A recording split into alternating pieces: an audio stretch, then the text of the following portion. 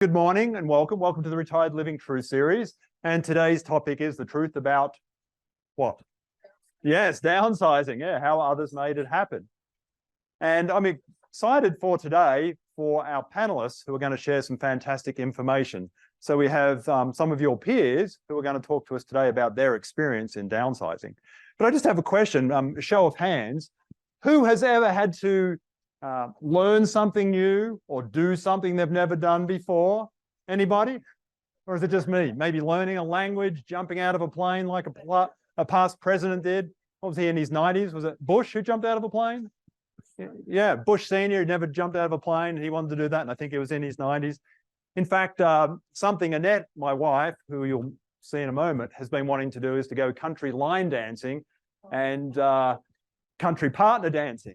And I've never done that, and I have like 2 left feet.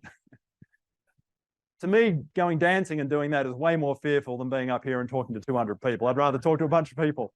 Yeah, I fear that more than death. That's how many 2 left feet I have. But we've been going the last 3 weeks, and I've been learning how to line dance and partner dance. And yes, really. And I was very apprehensive and very uncomfortable at the beginning. But as I spoke to other people in the same situation as me, you know, they were very reassuring, and it's something my mum had always told me: if someone else can do it, Brett, you can do it too. So I've always tried to remember that. But as I spoke to other people who were learning to dance and also had 2 left feet, they became more and more comfortable. So actually last night was the first night where I was actually able to do some of the new dances they'd taught us. I was like, oh, that's not so bad. I'm sure it looked bad if you were watching, but I didn't feel so bad. And isn't that what life's all about? Yeah, having new experiences, getting out of our comfort zone, and that's how we all grow. So as I said, we have 4 wonderful panelists who are going to share with us today their experience, because I'm guessing as we learn from them, they were probably a little apprehensive about their downsizing moves as well. Maybe, maybe not. So we'll find out. So do we have any housekeeping I have to cover, Alexa, or are we good just to jump in? Yeah, so Annette, can I have you come up? So this is my wife and partner, Annette, many of you know, and Annette's going to moderate our panel today. Yeah. So thank you, Annette. I'll give you I can drive this for you. Okay, yes, Thank you. Well, as our panelists come up, I just want to, this is your cue. I just want to, Brett and I have talked about downsizing here at the Retired Living Truth series many times. And we go through the process and all the processes that we have done to help our clients, because through the years, every single year, we have the privilege of helping people through that process. But sometimes it is a lot more helpful to hear it from people that have actually experienced it, not just hearing it from us and how we help people to do it, but actually hearing it from people that have gone through the process. So we are fortunate enough today to have several people come and be willing to speak to the group, because we have actually had attendees come and speak to the group before, but usually it's just one person, because it can be very uncomfortable being in front of a large audience. So I am very grateful to the people that we have here today. So thank you. Yes. All right. Oh. And I am going to go through the process. Now, you tell me if you start to be to the point where you can't hear me. I'm being told I need to talk louder. I think I need to get this closer to my mouth.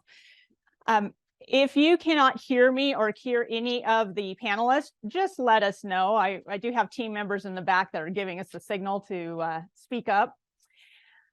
I'm going to start with Margaret and Mike. They're a married couple. Well, I'd like you to introduce yourselves. Just tell us where you moved from. So where you were living, how long you lived there, and where you currently moved to, and how long you've been there. My name is Margaret, with Mike. We lived on the Collin Ranch for 34 years and moved to Revel Ranchera independent living facility 2.5 years ago. And how long did you live there? 34 years. 34 years. Yeah. And I would add that we looked at several locations over the years because we knew we were going to do that. And we made our selection based on what we felt was something that would fit what we were looking for. Good morning. I'm Nancy Burnt, and I'm a happy downsizer. My husband and I moved from a 3,400 square foot home in Lakewood Shores to a condo villa of 1,800 square feet in Ranchera. Good morning. My name is Julie Steverson. I'm also a happy downsizer. I lived in Fallon, Nevada on a ranch that I took with my husband from sand to quite a lovely place. Was there for 20 years. He died suddenly and I found myself looking for a place. So I moved to Brookdale last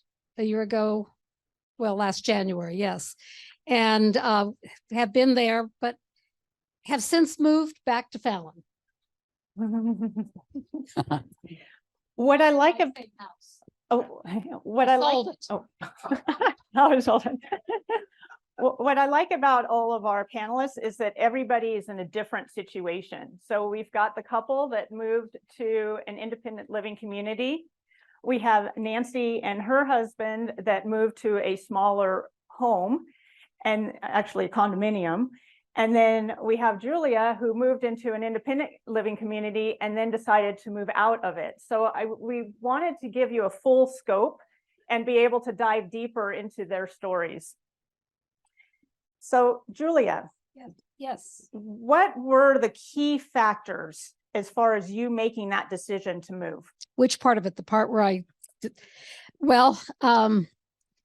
my husband died suddenly. And I had this 10-acre ranch. I had 2 purebred dogs. I had a horse. I had cattle.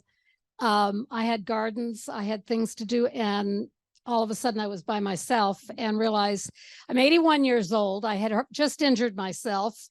And so was feeling a little sorry for myself for being injured, but mostly terrified. And knew I had to do something. I knew I couldn't stay put. And actually one of my daughters flew out from Virginia and decided to start dialing places for mom and found Brookdale. Shall I continue? Okay. Yeah. And I wasn't going to go there. I wanted to go to Virginia with my daughter, but I said, okay, great. I'll go take a look. And I went in there, and the first thing that occurred to me is it was very homey. And then I thought, well, okay, this would be nice. But I found a lovely apartment, and I thought, you know what? I think I can do this. And I did it. So people want to know, Julia, why did you decide to move out of Brookdale? Okay. When you've been on a ranch for 20 years, actually 22 years, and you did all the physical work, and and once my foot was fixed, I'm physically active. It was lovely. Number one, I got used to a lot of people. I had never been with a lot of people. When you're on a ranch in Fallon, you're spending your time on the ranch and you have friends in town, but that's doing business. All of a sudden there's all these people, but I'm 81 years old and I'm thinking, I belong here, but most of them were on walkers and so forth. And here I am, very active, and I was bored stiff. And part of it is that you had mentioned before that you were thinking of Brookdale as a stepping stone for you. So, and I want to get to a point where people, do you regret making the move, first of all? No, I do not. It was the smartest thing I could have done because my life was shattered. In 6 weeks, I went from everything being wonderful to my life being shattered. And so the most important part about being in Brookdale was that I had people that had been through it, and it got me through that transition. Mm-hmm. Yeah, so I want to bring up the point is that even if you move someplace and it turns out it's not the right fit for you, it may be right for that moment, it doesn't mean it's your forever. And we sometimes have, when I've talked to people about downsizing, they're like, I want to find that right place. Where I am right now doesn't really meet my needs, but I know it and I'm comfortable with it. And I'm afraid to make that jump to something different. And what if I don't like it? And so what I really like about Julia's story is yes, it was right for that moment. And then she decided to make a change, but she doesn't regret her initial move from that home. It was, every step's been the right step. I don't think I would have gotten through this past year. My husband's death anniversary was yesterday, and I don't think I would have gotten through it without being in a community where people understood and were there to help you and share. And even though I knew it was going to be a temporary, because I honest to God thought I was going to go move back to Virginia within a couple of years. But, it was the right thing at the right time. And forgive me, but it's still a little raw. Mm-hmm. Yeah.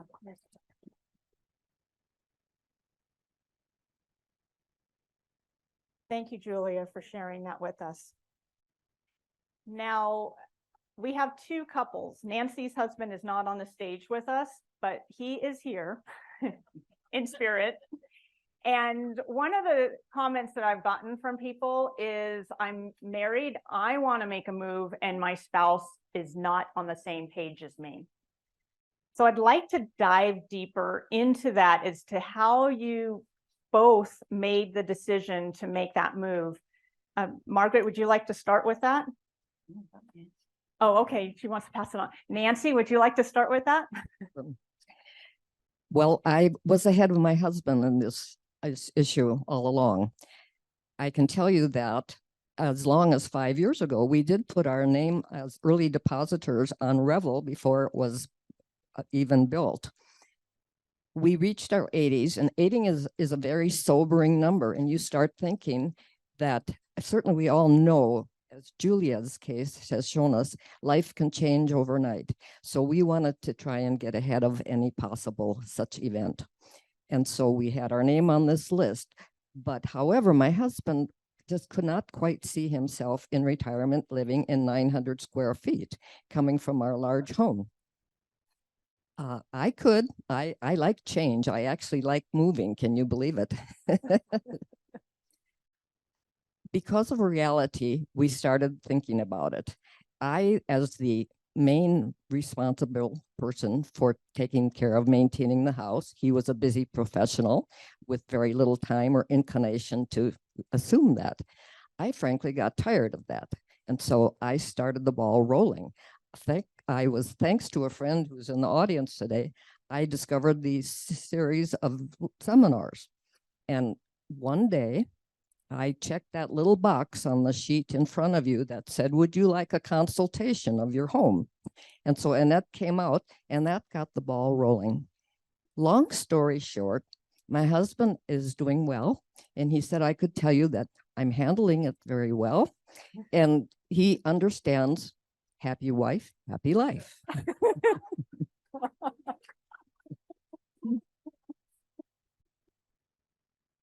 Oh, so Margaret and Mike, tell us your story about how you got to the decision where both of you were on the same page. Well, as my wife mentioned, we've been living in the Collin Ranch for some 30 some years. In actuality, we traveled overseas for a period. So our daughter and her husband took over that house for a period of time. But as most of you probably would appreciate, as we got older, it was a wooden house with a fair amount of upkeep required for it. And over time, we began to realize that we probably weren't going to be able to maintain it to the standard that we wanted. And there came a time a couple of years ago when the real estate market was pretty healthy. And we decided that was a good time to make a decision. It wasn't an easy decision because we'd lived in the place for some years. We actually designed and built it. But we just realized that we weren't going to be able to maintain it to the standard that we would like. So Margaret, from what I understand, thank you, Mike. From what I understand, you were of the mindset to make a move before Mike was. That's correct. That is correct. Sorry. So what processes did you go through to get Mike on the same page? Essentially, one doesn't push, but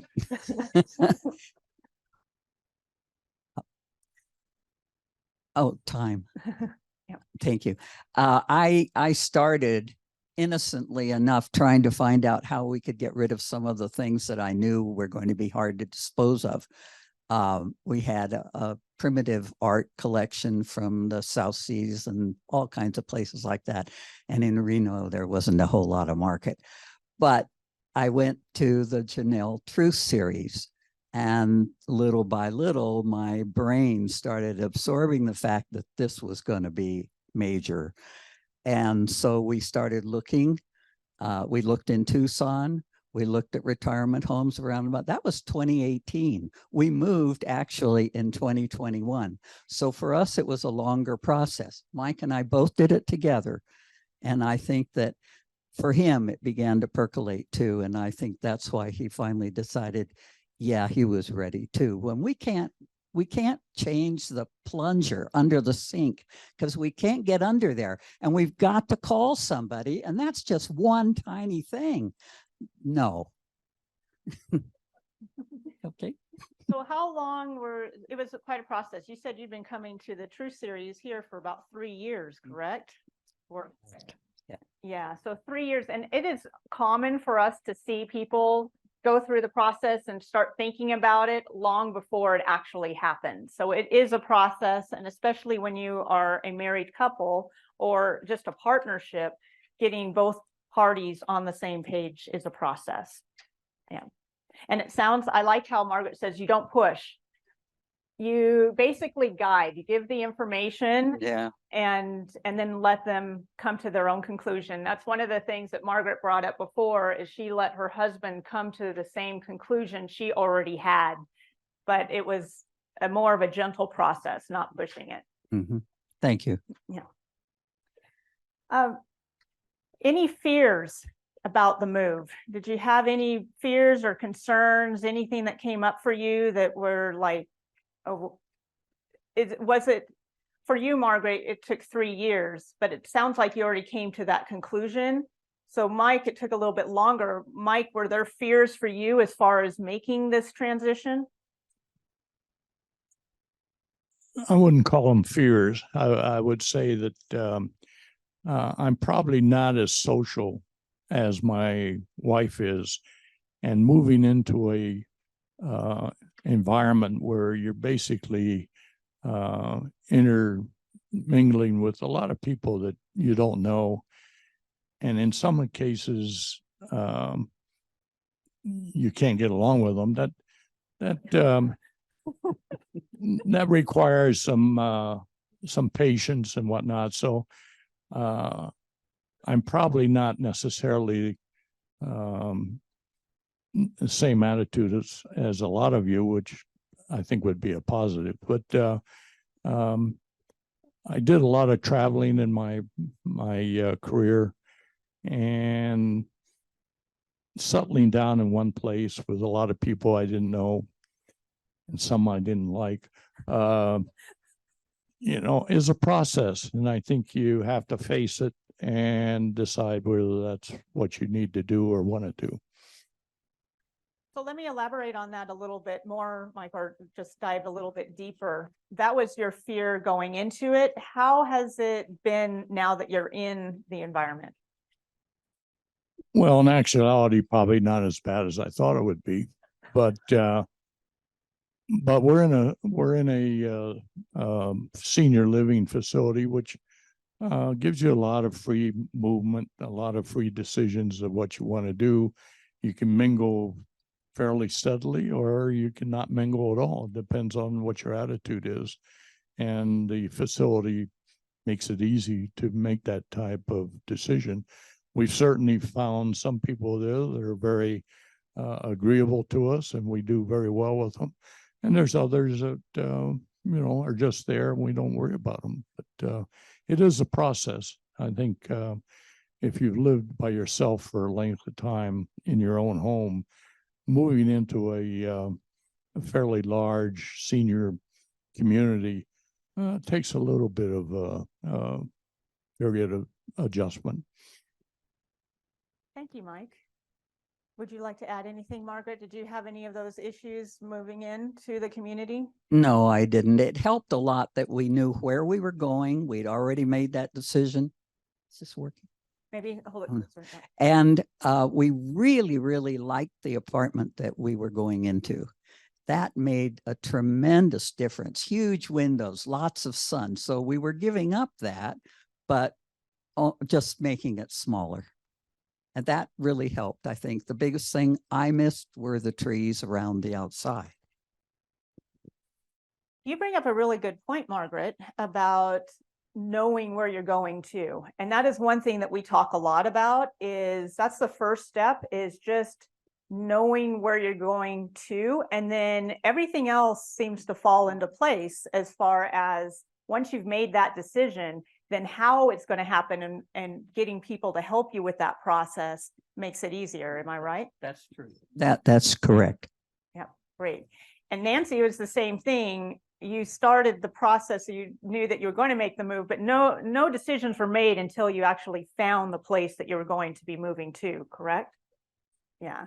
Did you have any fears, or did Ted have any fears? Well, actually, I did. I was anxious about the house. Would it sell? Because it was a strange market, and this happened just over the summer. So therefore, was my concern. But I credit Annette with this, because pricing is essential, the right pricing, and she knew it, and she did it, and our house sold in 3 days. Yeah. My husband's concerns only were leaving the aesthetic and comforts of a large home, but there have been trade-offs. And you said that he's comfortable where he is now. So it's interesting how we can have these fears and we can make them bigger than what they are. And then the actuality is that, yes, there are trade-offs. There are some things that you're going to be giving up, but then you're also gaining some things. So really weighing that out. And as Julia has pointed out, that if it doesn't work for you, you can move, you can change it. So Julia, did you have any fears? I know this was thrown on you all of a sudden. And actually, before you speak, sorry, we did a couple months ago, We to Me, and we talked about when you lose a partner, to not make any major life decisions, to really give yourself grace and time to mourn. In Julia's situation, though, her husband passed away. She had me at her dining room table within 2 weeks of her husband passing. And she had to make some really big decisions because of the fact she was on a ranch by herself. She was forced to make some really major life decisions in a very quick period of time. What were your fears during that time, Julia? Well, initially just terror. and really, you know, did I really want to continue living without my husband, which that came and went real fast. I have the advantage of having been self-employed for many, many, many, many years before we moved to California or Nevada from California. So, I mean, making decisions was something I had to learn to do a long time ago, and it was clear I had to do something. So when my daughter took it upon herself to pick up the phone and start dialing and made an appointment for me to go see Brookdale, it was easy for me to see, yeah, this is something I could live with. It was homey, it was comfortable. It wasn't the most expensive, it wasn't the prettiest, but it was comfortable for me. And the room I got was perfect for what I figured I was going to need. So given that part, then the next thing was, oh my God, what am I going to do with my house? You know, I've got to sell the ranch. I need the money. The insurance was going to pay the bills, but I still had to live. And so that was a fear. But my biggest fear of all was my dogs. These two dogs, they were 4 months apart in age. One's a lab, one's a German Shepherd, German-bred German Shepherd who had heart conditions. She had AFib, and we had decided to keep her despite that. And the two dogs were like sisters. And all I could think of is I can't take them with me. They can't be separated. What the heck am I going to do? Well, fortunately, I met somebody who had recently lost a dog and wanted to buy Mocha. And I said, no, you can't have one. And no, you can't buy her. I will not sell them, even though I spent a fortune for these dogs. They're not for sale. They have to stay together. And this person said, well, let me see if my husband will let me take a look at the German Shepherd. And my German Shepherd bonded instantaneously with her husband. And 2 weeks later, they went with them to their new home. And I'm fortunate enough to get to babysit them once in a while. But that, for some reason, that was the biggest thing I was worried about, was those two dogs. My horse went to a lovely place in Winnemucca with the head of Grange for up here. The cattle were mature and ready to be butchered, and my customers were ready to take them. They just had to take them early. So I was able to get one of them completely sold. The other one, I guess, went in the estate sale. I don't know how that happened, but I got them butchered. So these sound like ridiculous things, but for me, this was, and then having, didn't even think about what I was going to have to do until after I got referred to Annette through the sales lady at Brookdale. She says, you really need to go talk to her. And then Annette put the house up, and the house sold real fast, like one day, the ranch, to just the right kind of people that wanted to have horses outside their kitchen window too.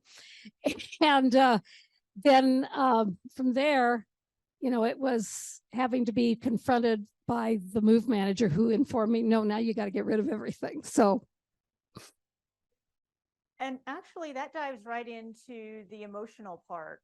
A lot of times we have people, it's the belongings that holds them back.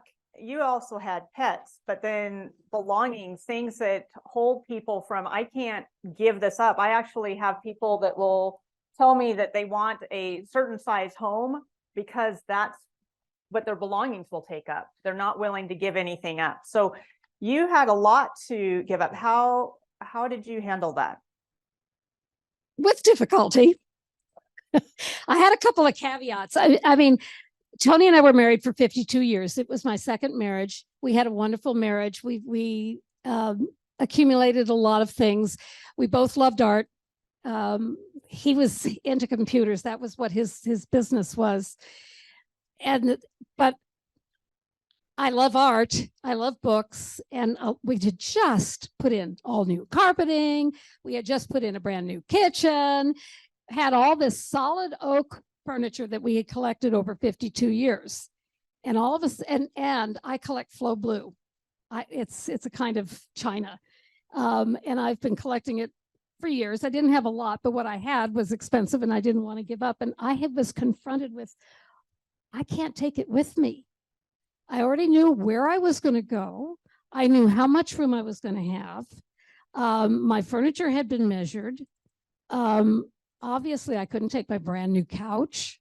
I had a brand new sewing room, and now I was going to have to give that up, but I wanted to have furniture for the living room, so I was able to take some of the furniture from there to the new apartment. But still, it's like, oh my gosh, what am I going to do? And how important is it? What are the most important things?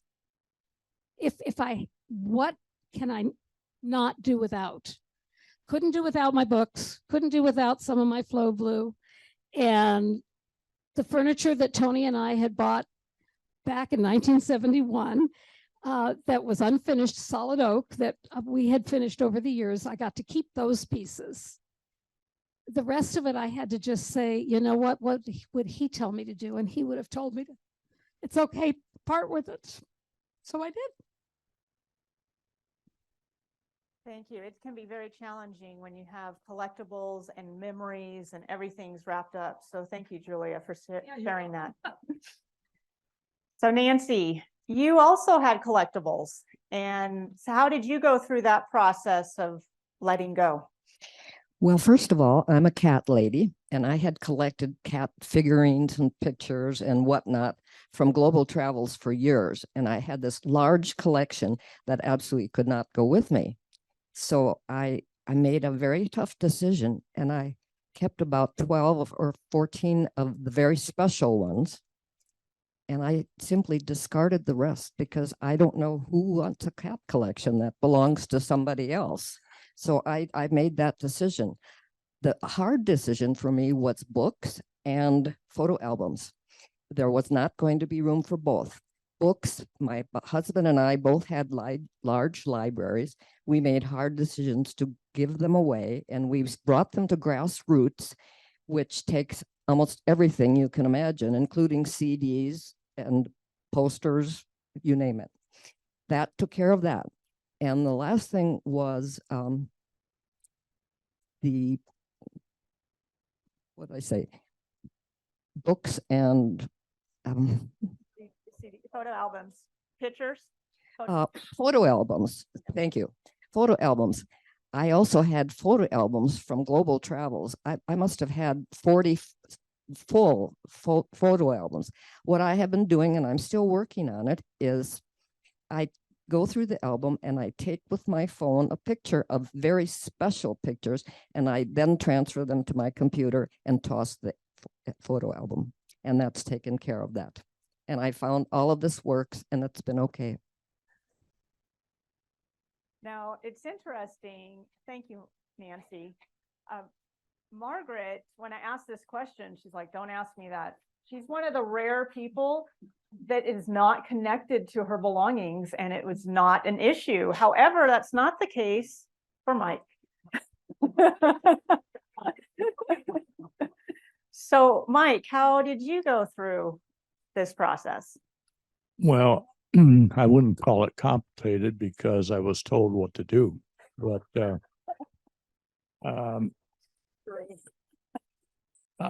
True. my profession was an exploration geologist, and I worked in a lot of different countries, and in doing so, of course, picked up stuff that we brought home and whatnot, and most of them fairly unique in the sense that you wouldn't find them in the average household here in the US. So one of the decisions we had to make is what to do with this stuff. Luckily, our daughters, all three of them, had a certain area of interest, and we were able to pass some of that along. So when we decided to sell the house and move into a smaller facility, we had the advantage of being able to pass some things on to our children. And luckily, they appreciate them, because unfortunately, there's a lot of situations, and I'm sure all of you are dealing with it, is that some stuff that you've had around for long periods of time, nobody wants it, and you have to make a decision what to do with it. Now, I was also told a little secret, Mike, that's not going to be secret anymore, is that you were, basically had a family member that was willing to take a lot of your belongings that you weren't able to say goodbye to, so you can go visit them. Is that correct? That's correct. We've got three daughters. One lives in New Zealand, so she doesn't. We sent some stuff to her, but she wasn't the main issue. Our other two daughters, one lived in Tucson, Arizona. The other lived in Portland, Oregon. And as we retired, we sort of got the feeling that they were moving back into Reno because we needed looking after. And we don't resent that position, but it did give us the opportunity to unload an awful lot of stuff on them, because they weren't that far away. And so there was some advantages there. And of course, the fact that you have children that still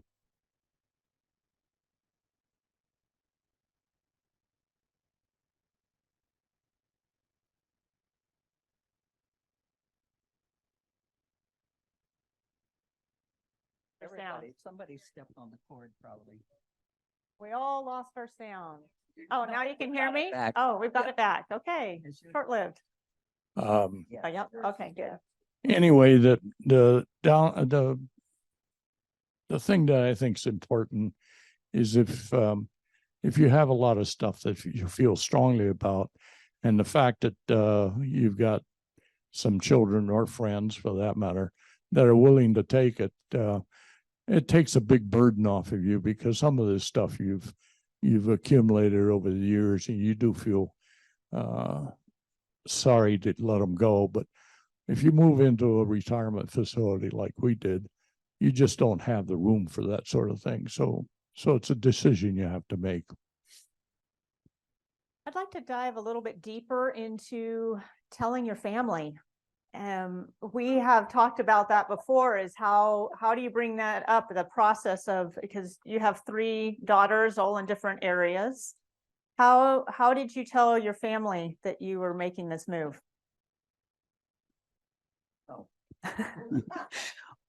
We had about 2 years before, maybe even a little bit less, before we moved, this topic had come up at a family reunion, and we had said, oh yes, we're aging in place. Well, it was mainly Mike who said that. I was a little reticent, because that takes organization and somebody's got to do the organizing. Well, then we decided, no, we're not. We're going to sell the house, dispose of the things and move. So we kept it quiet until we were all set up. We had our deposit at the retirement home, or whatever, independent living. And then we sent an email, since they're all out of town anyway, an email to each one explaining our situation. And there was a stunned silence. They really were surprised, because they'd been laboring under the idea that they were going to be able to visit us in our house, and they liked the house and blah, blah. But they all came around, and we went through the house with Zoom camera, or, a video camera, and people spoke up for the things that they wanted.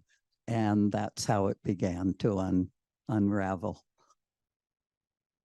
Now, one of the things that you brought up is, you said that you may have done it, looking back, you may have done it differently. Do you still feel I that? would say that. I've been wondering about it since it came up that we were going to be on a panel and so on. I don't know how we could have really done it differently with 3 of them in 3 different locations. But we weren't doing, excuse me, we weren't doing Zoom at that time. That only came into our lives with COVID. But I've thought about each one individually. I don't know. I think each individual has to decide for themselves, and circumstances have a lot to do with it. If you're suddenly faced with the death of a partner, that's entirely different. And I think it also has to do with your children, your family members. And we've had, well, actually, Nancy, your children are local, right? So how did you bring that up as far as with the family? Well, we just started talking about the fact that we were thinking in that direction, and they were very encouraging from the beginning. Fortunately, where we moved is really the same distance from where both of them live. So that seeing them is still a real reality. I will say that when you make a move like this, you're giving your children a gift, because they're not having to deal with a lot of these things down the line. Yeah. So now you said that you brought it up to them. Did you have a family meeting, or was it more like you had a dinner and you just kind of brought it up more casually? It was very casual, and we'd talk about it from time to time as we started looking at various possibilities. We'd talk about what we had seen. We knew what we wanted. We knew we wouldn't settle for less. So they sort of took that journey with us over family dinners, and it was all very pleasant experience. So you told them at the same time. It wasn't different times, and then you had conversations. It's not like it was a big announcement. They knew that this was going to be part of our plan. I guess it was just assumed, because we're realists. So it's interesting. So Nancy and her husband were more just planning ahead and planting seeds with their kids before they actually did it. And Margaret and Mike made the plan, and then they told their kids what was happening. So it can be, and I was looking back on it, like my sister and I've learned that if my parents tell my sister something before they tell me, it's okay. I'm okay with it. But if they tell me something before they tell her, she gets upset by it. So it really has to do with, I think, personality of the kids as well, and how you might handle that. And since the kids were all so far away in your situation, sending out an email all at the same time. And Margaret pointed out that when it was silence, none of them responded back. She knew that they were calling each other and talking.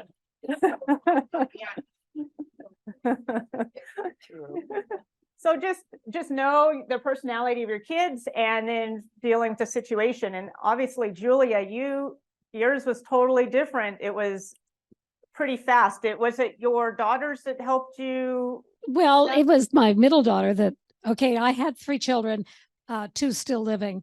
My middle daughter was the one that did the dialing for places for mom.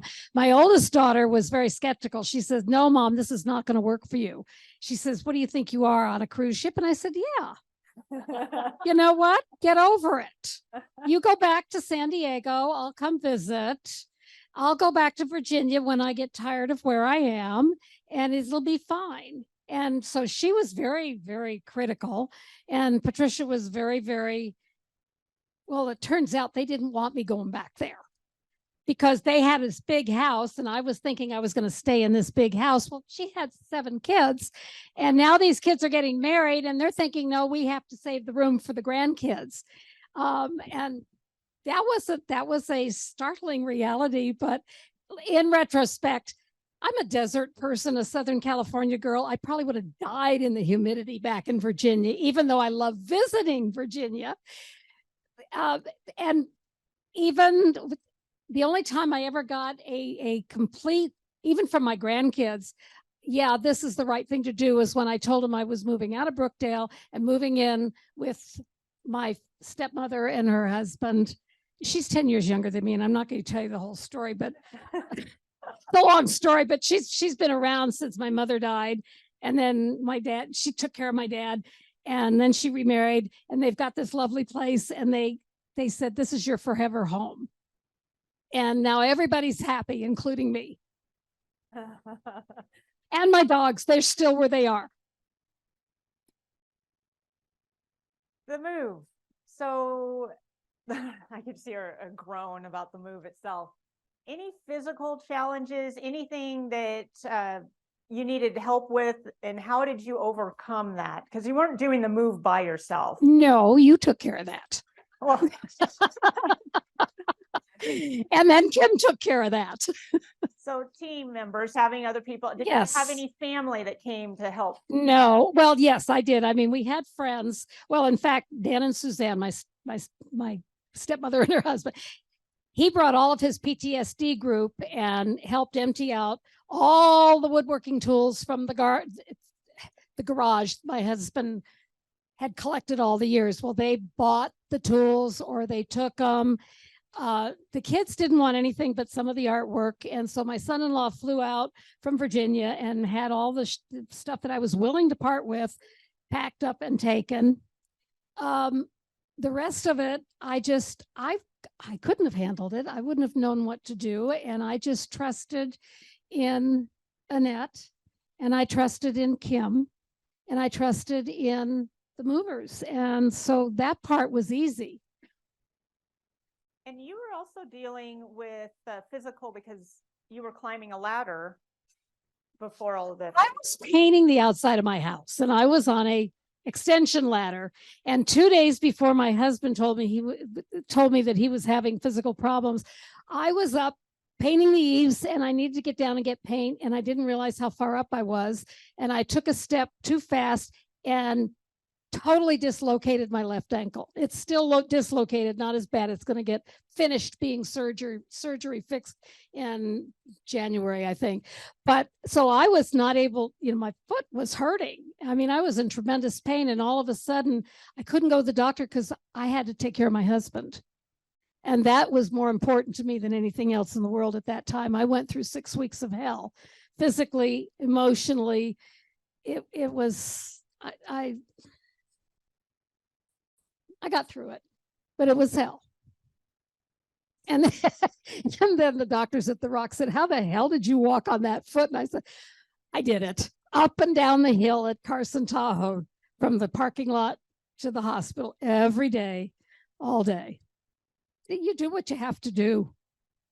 And I didn't have to worry about the house because I wasn't thinking about it at the time. And then once he passed, then Annette came in, thanks to the salesperson at Brookdale. And then Kim showed up in my life and said, okay, here's what you're going to do. And you got to decide what is it that you can get rid of. And I said, none of it. And she said, well, you got to, because there's only so much room. And she convinced me. And so I just said, you know what? Do it. So you had people that you cared about that helped you, family members, friends that came in and helped with things. And then you hired professionals from there to help take care of the process. And your whole experience through that, is there anything positive or negative that you would say about that, or anything that you would have done differently? No, I don't think so, because I wound up with the things that I needed, and the word is needed, and wanted that for my personal comfort and aesthetic, whatever. And no, I couldn't have done it, and I would not have done anything different. Nancy, I know there's some things you would do differently. So, because we did talk about that. Well, yes. This was our first experience with purchasing a residence that was being built. And I guess we were naive because we believed the first closing date. And as a result, we started to consign our furniture and get rid of our belongings. And thanks to the Janelles, who gave us this nice little list of all the places in town that will consign or take donations, et cetera, we got rid of 90% of our furniture. And it turns out that for about 3 months, we lived in a 3,400 square foot with a bed, a couch, and 2 bar stools. And that was a little bit surreal. So I would ignore that first closing date and just kind of wait on things a little bit. So part of that is knowing when you're going to be making the move, the timing of it. So wherever you're going to go to, first of all, know where you're going to go, and then be solid on when that move date is going to be, and help you more with the process of actually making that move into your new residence. Julie? And I've done it twice. Yeah. Thank you, Kim. So Nancy, did you have any family members or anybody else help you with this process? Actually, no, it was all the Janelles. Okay. Yes, and I have to thank you for the list of service people that you provided. It made things much more efficient for dealing with the issues that did come up before we could sell. And they were wonderful people who came when they said they were coming. Imagine that. And they were very professional and expert, and it helped a lot in moving the process along. And this is starting to sound like an advertisement, and it truly is not. This is more about just knowing the process and what people went through. There are anybody that you choose to have come into your home professionally to know who they've helped and how they can help you. And for Nancy and Ted, they like doing a lot of everything themselves. I mean, pretty much they took care of clearing out the house and coordinating it. We just provided them a list. Not everybody, well, in Julia's case, she took care of some of it, and then the estate sale, we took care of the rest of it. Yeah. Nancy and Ted live somewhere where you can't do an estate sale. So, and I know that a lot of you are in the same boat. You live in an area where estate sales are not allowed. So there's different processes, and for Ted and Nancy, they took the liberty of just going through the list and really did a lot of that legwork themselves. But you can have professionals do that for you as well. You do not have to do it yourself. It's whatever you choose to do. So you have that option in this case. Is there anything that you would have done differently about that? Well, except for the fact that you got rid of it too soon, but other than that. No, it was a very efficient process, and it surprised me how quickly it went. The furniture sold within a week. We had about 40 pieces that sold, and we took it to consign furniture down by Target. They move things, they know how to price them, and it really worked well. Great, thank you. Margaret and Mike, did you have anybody help you with this process? Not really, other than Janelle. Sorry, but that's true. I was very relieved that through the whole process, they would suggest who needed to repair what. They would suggest who would come to be a mover to get the estimate. I didn't have to arrange all of that. That for me is difficult because I'm not familiar with what's out there, and I don't know. I spend so much time just spinning my wheels trying to choose the right person. Well, that was the right person. Yeah. And I have to say, Margaret is definitely, well, and actually all of the ladies on the town, no offense, Mike, but very much like control and know what you want and how things are going to happen. And working with Margaret, she very much had an idea in mind of what she wanted. So we worked with her of what she needed. So she let us know. And so you really want to make sure, whether it be family members or whomever you choose to help you, that it's cohesive, that they're doing what your wishes are and not dictating to you, unless you're of that mindset and would rather have somebody just take over. So everybody's in a different spot. Yeah. So based on your experience through this, I'm going to start with you, Margaret. Is there any words of wisdom that you would have to pass on to somebody that is thinking about making a move to downsize? I think it's very helpful to get that first bunch of things that you think you just can't part with divided among the people you care about, whether they're family members or friends. I used my jewelry as a starting point, and I divided it between our 3 daughters because I'm such a controller. I wanted to be the one who chose what they got, what each one got, and match it up with what I thought their personalities were and so forth. And that at first I'd go to the drawer, see, oh, I'm going to wear that. Oh, no, you're not. You've given it away. So, but it was a good exercise, and that started long before we ever really moved. I would suggest that people start with something. Start the giveaway process or the throwing away process. I think that's important. Even more important is getting your head in gear with these lectures. I suppose there are books out there, but I never looked for them. I went to Ollie, and Ollie was putting on these lectures for the Janelles. That was before they had all this. And that really made a huge difference. Also, getting your paperwork in order with the lawyer. Get started on that. It can be a very long process and might change through the process of relocation, but mostly knowing that you really want to make the change. That's the important thing, and from my point of view. What I love about this, and my mom happens to be in the audience, but she's always said that she wants to be able to give your inheritance while she's alive versus waiting until she's gone. And I love the fact that you've embraced that as well, to be able to give while you can see it. You can actually, well, like you said, your control who gets what and be able to see the impact that you've made now, especially if you're not going to need it where you're going. So it's something that you can give. That applied also to the photo albums. I was interested in what you'd done, but I drew a line. 2000 was the end of my picture taking. You can, obviously you've missed that deadline, but you can choose a date and say, I don't want any more photos. They're just cluttering up my life. And then I made albums for each individual or pair, or I mean, there were way too many of them. and gave them to the individuals. All the baby pictures from all the grandchildren and so on went back to those people. And I wasn't burdened with them anymore. So that was good. That's great. I love that.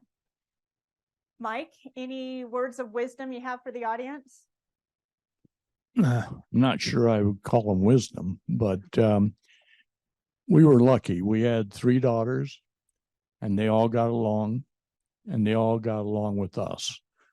That is not a universal comment that I hear. And I think it's important that in a family issue such as this, that you do have some support for what you're doing, because otherwise it becomes a very wrenching experience. And we were lucky. I hope all of you are lucky also, but I realize that that may not be the case in some issues, but we had a lot of stuff from overseas, which could have been of interest to outside groups, but we gave them to our daughters because that reminds them of what we had done. And I think that's a nice thing to pass on to your children when you can. Thank you, Mike. Nancy, any words of wisdom? Yes, I would say, unlike Margaret and Mike, my children didn't want anything except my grand piano, which my daughter took happily, and I can visit it anytime. In the meantime, I have a keyboard in my condo, which satisfies any immediate needs to tickle the ivories. So don't be offended or surprised if your children don't want anything. Secondly, I learned that it is okay to discard tangible possessions. You're not discarding memories or relationships, just things. Also, I would say keep your home maintained and even consider getting an inspection, even if you're not immediately thinking of selling. And lastly, if you're thinking of it and you're able, do it while you're able and on your own terms. Thank you. Yes. Julia, words of wisdom? Yes. I've always been a very optimistic person. And, you know, if you're getting to the point where you're getting ready to downsize and consider what your next phase of your life has to be, look at it as an adventure, because that's exactly what it can be. You know, there's so many things that you can do that you couldn't do before. I mean, I'm free to go to the theater now. I'm free to go visit art museums. I'm free to travel. And being tied to things is kind of like a trap. And I didn't realize that until I started getting, having to let go and realize now I don't miss something. I go visit my daughter back in Virginia, and I get to see all the paintings that are there. I get to visit my dogs. My daughter in Los Angeles or San Diego comes up and visits me, and I go visit her, and everything's wonderful. And just think of it as this is the next phase, and it can be wonderful so long as you stay positive. Wonderful. Thank you. On that note, we're going to wrap it up, and we are going to be going to Q&A. But before we do that, Brett has a few announcements. I always have announcements. Thank you. You guys were absolutely fantastic. Can I have my mic runners come up and join me to help with questions from the audience?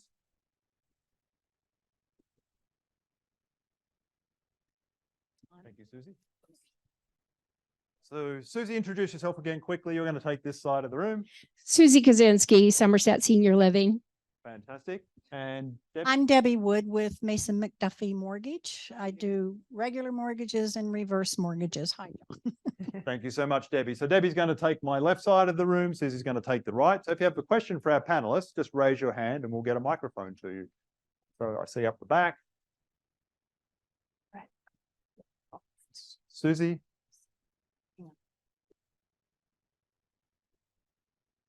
Good morning. Excellent presentation. I have a question for Julia, disposing of a 10-acre ranch and losing a spouse. Specifically, how did you handle the estate sale? Walk us through the process and kind of define your expectations. And did Janelle handle everything for you, or did you have to reach out to different people? But kind of walk us through that process.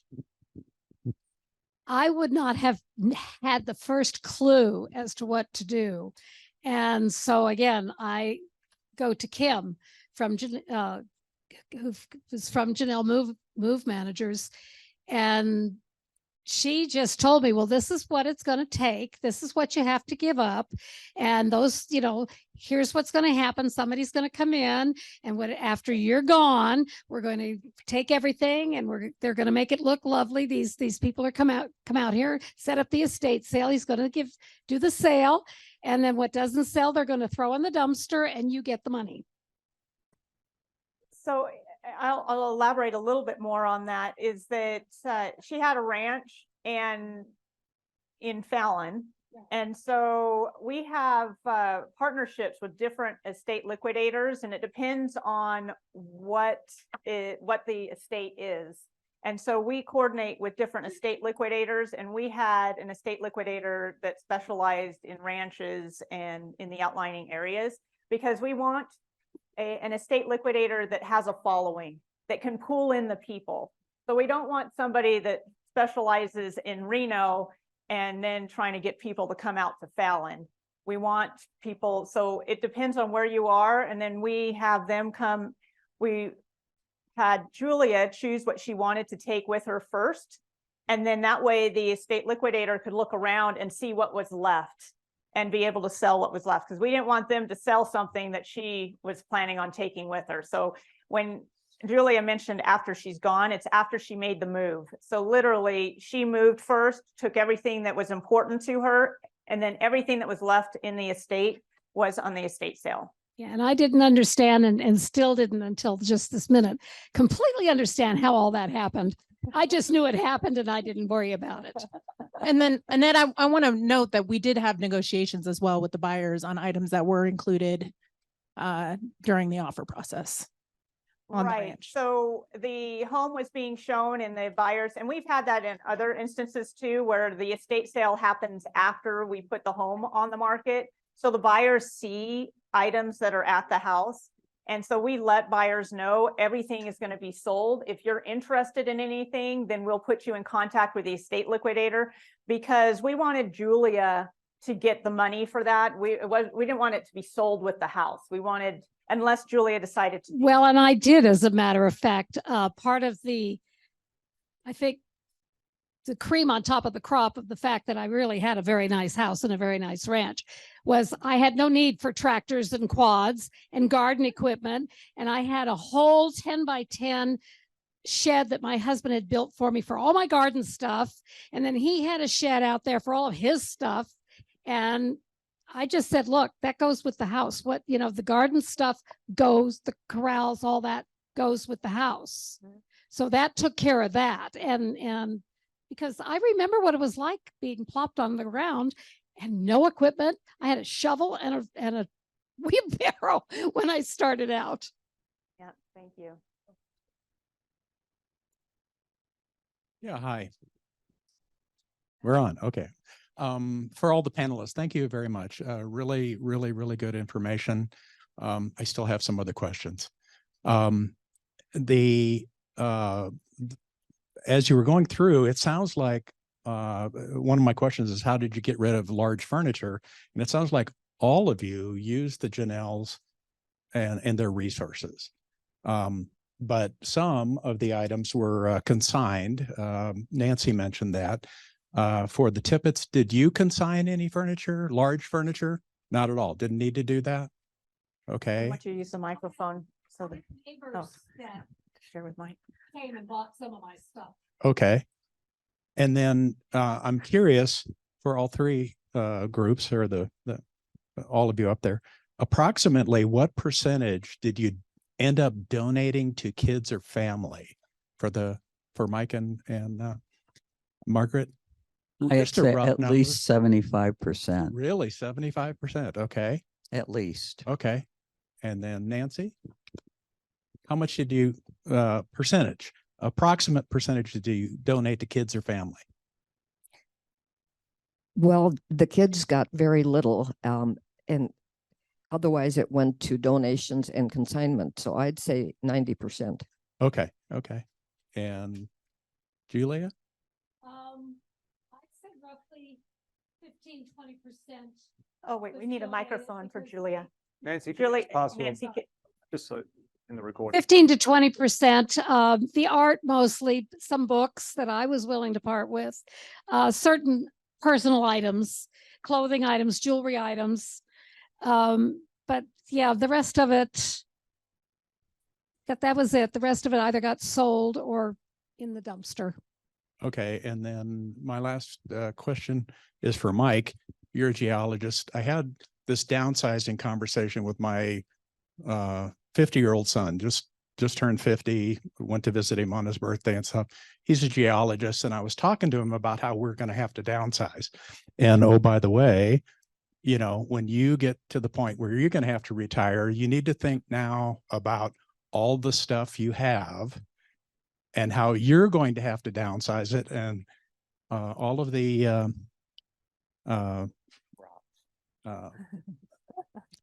all of us older folks are not buying. We're not buying that stuff. So here's a message. You're 50, start thinking of all the excess stuff and getting rid of it. My son is a geologist, and he has got boxes full of geodes that he hasn't even cut. And when I told him you're 50 and you need to think about this now, it's like he got hit between the eyes about the reality going forward. So your comment about that was really good. And I thought it was really good for him as well. And my final question is for Annette and Brett. How do you deal with being rock stars? Do you have like a special tea that you drink in the morning, some humble tea or something like that? You don't know the guy with 2 left feet? Yeah. Really like all the seminars. Really, really well done. Thank you. Thank you. thank you.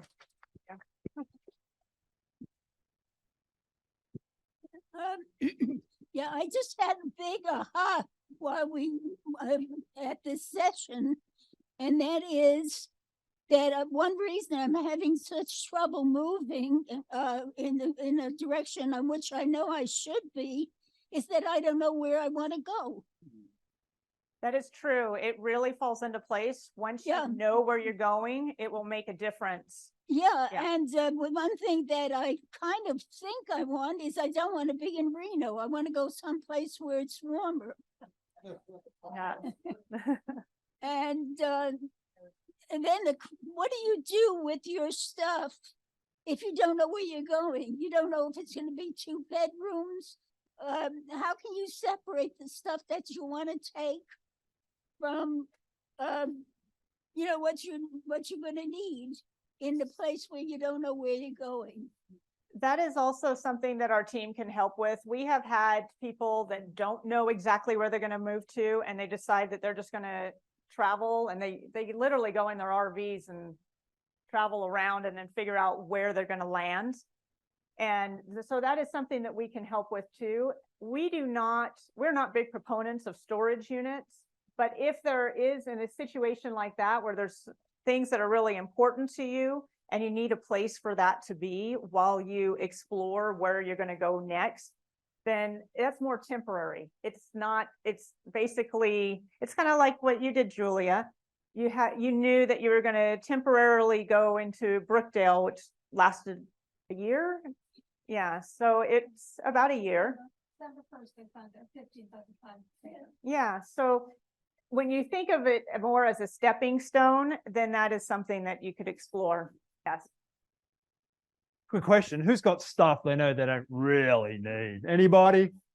That's a good place to start. You know, those 10 years of tax returns, we probably only need 4, all those. There's lots of stuff you can start on. Yeah.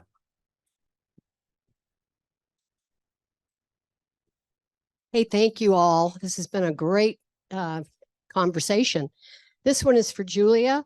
I just wanted to know quickly, Julia, going from Brookdale to your stepmom's house, what kind of facilities you're living in there and how you're getting along? Oh, hold on a second, Julia, you need a microphone. Well, since I had already gone to the point of having something that was like a sitting room or a living room and something that was like a bedroom, Brookdale, the rooms were 16 by 14 with a balcony, a kitchenette and bathroom. Here I went into two rooms, 12 by 12, so not that much smaller. Still have a sitting room, still have a separate bedroom, have everything that I had at Brookdale. I brought some things extra and stuck them in closets there that I didn't need anymore. Well, my stepmom could use those. So I have basically what I had at Brookdale, plus I have a whole house and a kitchen I can cook in again, and my own bathroom. And so, yeah, I had done it all, so I didn't have to do it again. Referencing, though, if I may interject, the same issue with the tons of photo albums from travels. I mean, Hong Kong, Europe, Hawaii every year, the kids and grandkids and all that. I just divided it all up into albums, went to 3-dimension shipping and found that I'd used for years and said, will you ship these to back east? Would you ship these to my granddaughter in Florida for her mom and stuff? And would you ship the rest of this to my daughter in LA? Were they happy to receive those shipments? Yeah, we don't know. Because I just have to say, my aunt is very good about unloading on all family members, and none of us are really that happy about it. Any other questions? Oh, yes. I have a question for the people that live at Ravel. How do you like the parking situation? We like the facility very much, but the parking killed the deal for us. I really not sure I can answer that truthfully because we have parking that's assigned to us. And my assumption is that there's parking available to whoever the citizens are. There are a lot of people at Revel that don't drive anymore. So I don't know what the percentage is between those people that still have cars or transportation and those don't. I do know that we had a couple that ended up next door. They had a vehicle that they never ran. And one day we had to move all the vehicles because they were painting the parking spots and they couldn't get it started because they hadn't been in it for about a year. So I'm not, I get the impression that there's sufficient parking there, maybe not in front of your apartment, but around. Mike, your wife has something to say. May I add, were you talking about the more limited covered parking or lack of garage, or what was the problem? Oh, well, now that you can't fix that at Revel no matter what, because there are no garages. Yeah, a casita would have solved that problem, but Reno doesn't have casitas. But if you move to Arizona, you can find them.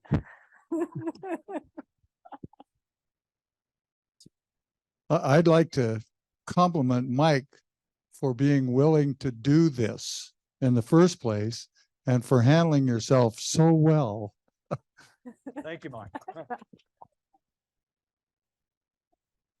Well, I thank you very much for that, but I'm beside my I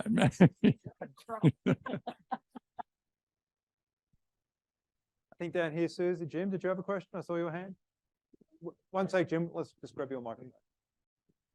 Being a professional geologist, I'm sure that you had quite a book and reference library, as well as all kinds of files and things that were pretty rocks, yeah, specimens, collectibles. When and how did you start dispersing of those? Well, first of all, I retired in 1999. So I've not been a working geologist for quite some time. And yes, unfortunately or fortunately, I did collect a lot of stuff that in looking back on it, I probably shouldn't have. But my daughters took a few things, but for the most part, you know, rocks and things like that, they just ended up disappearing, and I can't tell you exactly where they went, but there was a lot of stuff that we'd collected over the years in strange places that I'd been, which were of value. If not of monetary value, they certainly were of, you know, trip value. So I don't know where all that stuff has gone since. I can help a little with that. He had he still has a geologist friend who very much wanted the specimens from all these various places. They were real specimens like Mackie would show. And he had a rock cabinet that was given to him as a retirement present from the firm he was working with. So we took all of that to Winnemucca, and he came down halfway from his place in Oregon, and we switched it over there.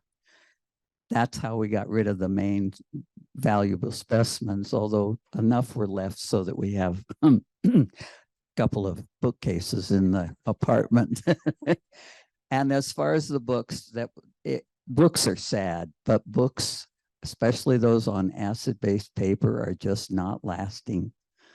And so what he could, he gave to Mackie, what they would accept. And it was a slow slog to try to place a lot of these things. But in the end, we managed to place the ones that most mattered. Do you have any other questions for our panelists? Can we again just show our appreciation for our panelists putting themselves out there to help all of us? Yeah, thank you very much. We really appreciate you and sharing your stories. I know it can be challenging to get in front of an audience, and all of you did a fabulous job.